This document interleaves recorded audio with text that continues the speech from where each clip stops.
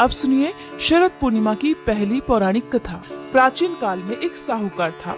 उसकी दो बेटियां महीने में पड़ने वाली हर पूर्णिमा तिथि को व्रत किया करती थी। उन दोनों बेटियों में बड़ी बेटी हर पूर्णिमा का व्रत विधि विधान से करती, लेकिन छोटी बेटी व्रत के सभी नियमों का ठीक से पालन नहीं करती थी। साहूकार की दोनों बेटियां समय के साथ धीरे धीरे बड़ी होने लगी और उनका विवाह हो गया।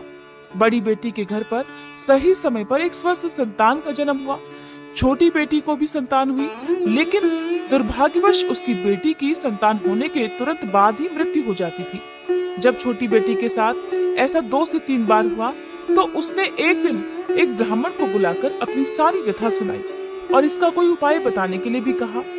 उसकी सारी बात सुनकर और कुछ प्रश्न पूछने के बाद ब्राह्मण ने उनसे कहा कि तुम पूर्णिमा का अधूरा व्रत करती हो, इस कारण तुम्हें व्रत का पूरा फल प्राप्त नहीं हो रहा और तुम्हें अधूरे व्रत का दोष भी लग रहा है। ब्राह्मण की बात सुनकर छोटी बेटी ने पूर्णिमा का व्रत पूरे विधि विधान से करने का निश्चय किया। आश्विन पूर्णिमा आने से पहले ही साहूकार की छोटी बेटी ने इस बार एक बेटे को जन्म दिया, लेकिन उसकी भी इस बार तुरंत मृत्यु हो गई। इस पर उसने अपने बेटे के शव को एक चौकी पर रखकर उसे एक कपड़े से ढक दिया। जब उसकी बड़ी बहन आई तो उसने उसी पीढ़े पर बैठने को कहा जिस पर उसने अपने मृत बालक का शव रखा था। बड़ी बहन जैसे ही उस पर बैठने को हुई तभी उसका घाघरा उस बच्चे को छू गया। घाघरा छूते ही वह मृत बालक जीवित हो गया और रोने लगा। तब बड़ी बहन छोटी बहन से बोली कि बहन, तू मुझ पर कलंक लगाना चाहती थी, मेरे बैठने से तो ये बालक मर जाता। तब छोटी बहन बोली, बहन मैं क्या बताऊं, ये तो पहले से ही मृत था, वो तो तेरे पुण्य से जीवित हुआ है, तेरे भाग्य से इसका पुनर्जीवन हुआ है। बच्चे के रोने की आवाज सुनकर छोटी बहन बहुत खुश हुई। तब उसने अपनी बड़ी बहन से कहा कि बहन, तुम तो पूर्णिमा का पूरा व्रत करती थी और मैं अधूरा व्रत किया करती थी, इसलिए तुम्हारे ऊपर तो हमेशा भगवान की कृपा हुई और मैं हमेशा अधूरा व्रत ही करती थी, इसलिए मुझे दोष लगा और मेरी संतान जीवित नहीं रहती थी। आज तुम्हारे भाग्य से मेरी संतान भी जीवित हो गई। तब उस छोटी बहन ने पूरे गांव में ढिंढोरा पिटवा दिया कि जो कोई भी पूर्णिमा का व्रत करे वह पूरा व्रत करे, कोई भी अधूरा व्रत ना करे। इसके बाद से छोटी बहन ने भी शरद पूर्णिमा से ही विधि विधान से सभी नियमों का पालन करते हुए ये व्रत प्रारंभ कर दिए थे, जिसके पुण्य प्रभाव से उसके बालक दीर्घायु होते। आश्विन पूर्णिमा को शरद पूर्णिमा के रूप में तो जाना ही जाता है, लेकिन ब्रज क्षेत्र में शरद पूर्णिमा को रास पूर्णिमा भी कहा जाता है, क्योंकि ऐसी मान्यता है कि द्वापर युग में शरद पूर्णिमा की चांदनी रात को ही राधा रानी और गोपियों के साथ मिलकर भगवान श्री कृष्ण ने महारास रचाया था। पूर्णिमा की रात को महारास का वह दृश्य इतना सुंदर था कि प्रकृति भी उसे निहारने के लिए वहां ठहर गई थी। यहाँ तक कि चंद्रमा ने भी स्वयं चंद्रमा की चांदनी से अमृत बरसाया था। 6 महीने तक स्वयं महादेव भी एक गोपी का छद्म रूप धारण करके इस रास को देखने के लिए वहां पहुंचे थे और चंद्रदेव इतने मंत्रमुग्ध हो गए कि 6 महीने तक सुबह भी नहीं हुई थी। इसलिए आज आप शरद पूर्णिमा के अवसर पर महारास की ये कथा भी सुनिए। एक बार शरद पूर्णिमा की शरद उज्जवल चांदनी में वंशीवट यमुना के किनारे श्याम सुंदर साक्षात मनमनाथ की वंशी बज उठी। श्री कृष्ण ने 6 मास की एक रात्रि करके मनमथ का मान मर्दन करने के लिए महारास रचाया था। जब महारास की गूंज सारी त्रिलोकी में गई तो हमारे भोले बाबा के कानों में भी उस महारास की गूंज गई। मुरली मनोहर की मीठी मुरली ने कैलाश पर्वत पर विराजमान भगवान श्री भोलेनाथ को मोह लिया। उनकी समाधि भंग हो गई। अब बाबा भोलेनाथ वृंदावन की ओर बिल्कुल बावरे होकर चल पड़े। उनकी तो बड़ी इच्छा थी कि वो खुद जाकर महारास देखें। पार्वती जी ने उन्हें रोकने का प्रयास किया, लेकिन वो भी उन्हें रोककर और मना कर हार गई, किंतु त्रिपुरारी नहीं मानी। भगवान श्री कृष्ण के परम भक्त श्री आसुरी मुनि पार्वती जी, नंदी, श्री गणेश, कार्तिकेय जी के साथ भगवान शंकर वृंदावन के वंशीवट पर आ गए, अर्थात भगवान शिव वहां पर अपने पूरे परिवार के साथ पधार गए। वंशीवट जहां पर महारास हो रहा था वहां गोलोक वासिनी गोपियां द्वार पर खड़ी हुई थी। पार्वती जी तो महारास में अंदर प्रवेश कर गई, लेकिन क्योंकि उस महारास में पुरुषों का प्रवेश वर्जित था तो द्वारपालिकाओं ने श्री महादेव जी को, श्री आसुरी मुनि को और उनके साथ अन्य जितने भी पुरुषगण थे उन सभी को अंदर जाने से रोक दिया। श्रेष्ठ जनों, अर्थात श्री कृष्ण के अलावा कोई भी पुरुष इस एकांत महाराज में प्रवेश नहीं कर सकता था। अब तो बड़ी विकट समस्या आन पड़ी। जिस महाराज को देखने के लिए भोलेनाथ इतने उतावले होकर अपने पूरे परिवार के साथ ही यहाँ पधारे थे, वही महाराज उन्हें देखने नहीं मिलेगा। ये सोचकर तो वे बड़े परेशान हुए।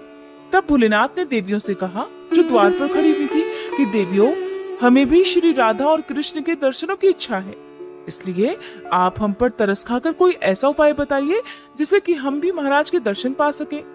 तब वहां पर खड़ी हुई सखियां अर्थात गोपियां बोली कि अगर आप महाराज देखना ही चाहते हैं तो गोपी बन जाइए।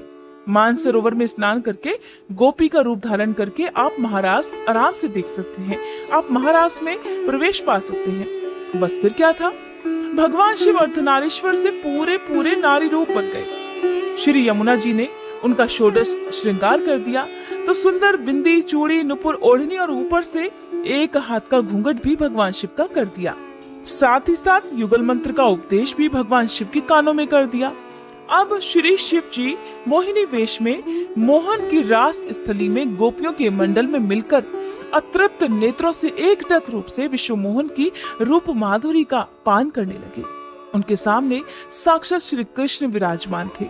नटवर वेशधारी श्री रास बिहारी रासेश्वरी रसमयी श्री राधा जी और गोपियों को नृत्य और रास करते हुए देखकर नटराज भोलेनाथ भी स्वयं ताता थैया करके नाच उठे। और बंसी बजैया मुरली मनोहर ने तो ऐसी मधुर, ऐसी मोहनी बंशी बजाई कि भोलेनाथ तो अपनी सुध-बुध ही भूल गए। बनवारी से भला क्या कुछ छुपा है। इस तरह भगवान श्री कृष्ण के साथ भोलेनाथ कुछ देर तक तो नाचते रहे, लेकिन जब थोड़ा पास पहुँचे तब भगवान श्री कृष्ण बोले कि रास के बीच में थोड़ा हास परिहास हो जाए तो इस रास का आनंद दोगुना हो जाएगा। भगवान बोले कि अरे गोपियों, तुम तो मेरे साथ बहुत देर से नृत्य कर रही हो, लेकिन मैंने तुम्हारा चेहरा तो अब तक देखा ही नहीं, क्योंकि कुछ गोपियां तो यहाँ पर घूंघट में भी हैं। मुझे जरा उनका चेहरा तो देख लेने दो। सुनते ही गोपियां झट बोल उठी, प्यारे, आपसे क्या छुपा है, आप देख लो हमारा चेहरा। लेकिन जब भगवान शंकर ने ये सुना तो भगवान शंकर परेशान हो गए। बोले, ये कन्हैया को रास के बीचों बीच क्या सूझ गया। अच्छा भला रास चल रहा था, मुखड़ा देखने की क्या जरूरत आन पड़ी। ऐसा भी मन में सोच रहे थे कि आज तो ये कन्हैया मेरी फजीहत ही कराने पर तुला हुआ है। भगवान कृष्ण तो कृष्ण है, नटखट है, और जानते थे कि यहाँ पर छद्म वेश में कौन आया है। तो भगवान कृष्ण कहने लगे कि गोपियों, तुम सब पंक्ति में खड़े हो जाओ और मैं सबका बारी बारी से दर्शन करूंगा। सुनकर भगवान शिव को थोड़ी तसल्ली हुई। भगवान शिव बड़े चैन की सांस लेकर सोचने लगे कि चलो अब तो काम बन गया। यहाँ तो महाराज में लाखों करोड़ों गोपियां हैं और मैं सबसे अंत में इस पंक्ति के अंत में जाकर खड़ा हो जाऊंगा। कन्हैया तो मुंह देखते देखते थक जाएगा और मेरा नंबर भी नहीं आएगा। तब सारी गोपियां जो थी वो एक पंक्ति में खड़ी हो गई और सबसे अंत में जाकर भगवान शिव खड़े हो गए।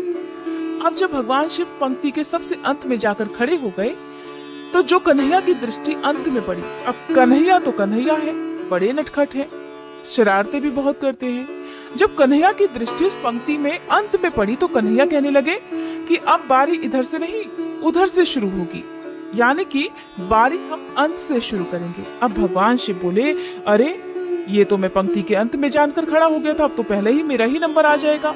अब असंख्य गोपियों के बीच में भगवान शिव सोचने लगे कि चलो कोई दूसरा उपाय सोचता हूँ। ये सोचकर भगवान शिव गोपी के वेश में तो थे ही, लंबा घूंघट काट रखा था, दौड़कर दूसरी ओर से जाने लगे। तो भगवान कृष्ण गोपियों से बोले, अरे गोपियों, तुम परेशान मत हो, मैं सबका मुख देखूंगा, लेकिन पीछे खड़ी हुई गोपियों का मुख दर्शन तो मैं बाद में करूंगा।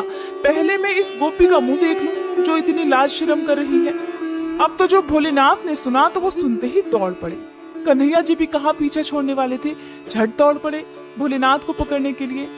वो तो उस गोपी के पीछे भागे थे जो बड़ी लाज शर्म कर रही थी, और जैसे ही उन्होंने उस गोपी का घूंघट ऊपर किया तो कान्हा जी कहने लगे, आओ गोपीश्वर आओ, आपकी जय हो, बोलिए गोपेश्वर महादेव की जय, शंकर भगवान की जय।